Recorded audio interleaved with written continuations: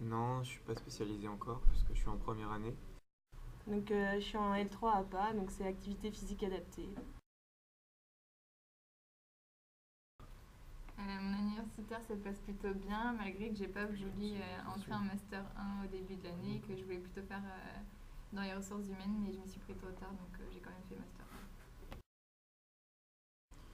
1. Alors, j'ai pas vraiment de projet précis en tête, mais pour l'instant, ce serait plutôt sur management.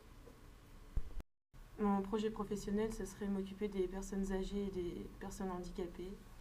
Donc voilà, je sais pas, la réhabilitation plutôt des personnes âgées. Donc l'année prochaine, je voudrais intégrer une licence professionnelle dans les ressources humaines pour me spécialiser.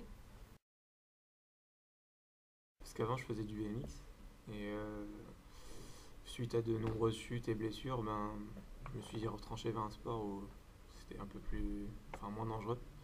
L'athlète depuis pas très très longtemps, quoi.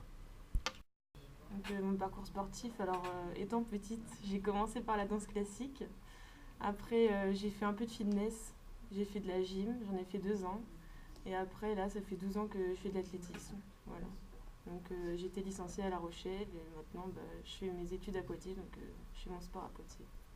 J'ai fait de la gym pendant 8 ans. Après, je suis arrivée à l'athlé grâce à mon père qui fait de l'athlé depuis tout petit et qui est entraîneur. J'ai fait une sélection en équipe de France en 2010 en épreuve combinée. Et l'hiver dernier, j'ai fait un podium en hauteur avec 1m74. Je suis plutôt content, plutôt satisfait de ma perf puisque j'ai battu mon record. Après, bon, je suis un peu déçu parce que j'aurais peut-être pu faire mieux en finale.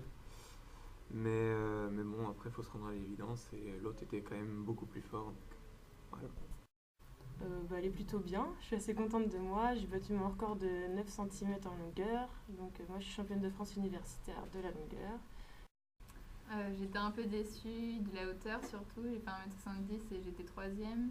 Et vu que j'avais mes 3 épreuves en même temps, j'ai pas réussi à tout gérer. J'ai fait un peu de la merde partout. Et du coup, un peu déçue de ne pas avoir gardé mon titre de championne de France. Bah, à court terme, déjà, essayer de faire un podium si possible au championnat de France en salle, aux 200 mètres. Après, à plus long terme, sur les championnats de France cet été, ce sera plus en termes d'objectifs. De chrono, j'aimerais bien faire en dessous des 21,80 et voire même mieux, je pense. C'est largement faisable. Et après, ben, on verra en longueur si je peux faire un truc ou deux pour rigoler. Alors, ça sera plutôt les universiades à Kazan, à Moscou cet été. Voilà. Et à long terme, les championnats de France, essayer de faire un podium sur les épreuves combinées ou sur la hauteur. Et pourquoi pas les Europes, même si je sais que ça va être très dur.